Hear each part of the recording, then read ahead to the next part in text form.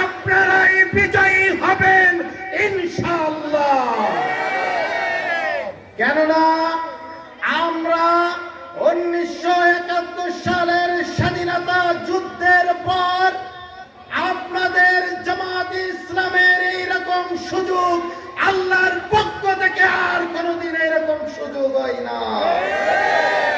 এই 54 বছর স্বাধীনতা লাভ হয়েছে, কিন্তু স্বাধীনতার স্বাদ আমার খেটে খাওয়া মানুষ, রিক্সা চালক, ভ্যান চালক সবাইকে ব্যবহার করেছে, কিন্তু তাদের অধিকার কোন সরকার রাখে না। আজকের বাংলাদেশের মানুষ বুঝে গেছে আপনাদের ধান্দাবাজিতে আর বাংলাদেশের মানুষ পড়বে না। এই জন্য তো আমাদের 2024-এর 5 আগস্ট 2000 থেকে 24,000 মানুষের ছাত্র জনতার জীবন দিয়ে আমাদের এই বাংলাদেশ গড়ে দিয়ে গেছে। আজকের একটি দল তারা ভোটের পক্ষে না, কিন্তু বাংলাদেশের এই জনগণ ওই 2024 মানুষের রক্তের সাথে বেঈমানি করতে পারে না।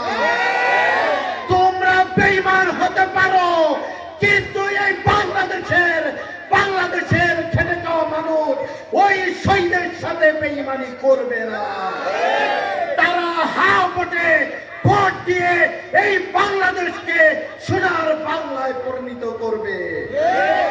আজকে আপনারা যারা এখানে আসছেন, আপনাদের একটা স্বপ্ন লালিত হয়, সেই সাথে সাথে আমিও আসছে, আমারও একটি স্বপ্ন আছে। আজকের সম্মানিত উপস্থিতি, সেই স্বপ্নের কথা আজকের আপনাদের সামনে বলতে আসছি। একটি সুন্দর বাংলাদেশের কথা বলতে আসছি, একটি সামাজিক ঐক্যের কথা বলতে আসছি, একটি সামাজিক ভালোবাসার কথা বলতে আসছি। আজকে একজন এমপি হবেন, তিনার দ্বারাই আমাদের যে ছেলে মেয়ে তারা সুন্দর রাস্তা দিয়ে, এই ভাঙ্গাচুরো রাস্তা দিয়ে